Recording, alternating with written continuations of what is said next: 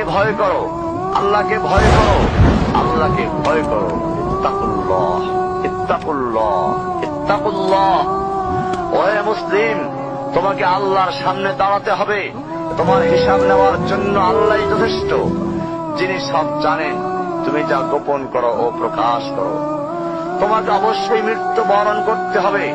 যখন তুমি দুনিয়ার সব কিছু ছেড়ে চলে যাবে, শুধু তুমি আখিরাতের জন্য যা সঞ্চয় করেছো তা নিয়ে সাবধান হও তোমার শেষ আমলের ব্যাপারে।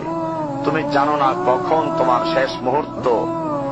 তুমি কি প্রস্তুত মৃত্যুর জন্য? তুমি কি প্রস্তুত কবরের সওয়াল জবাবের জন্য?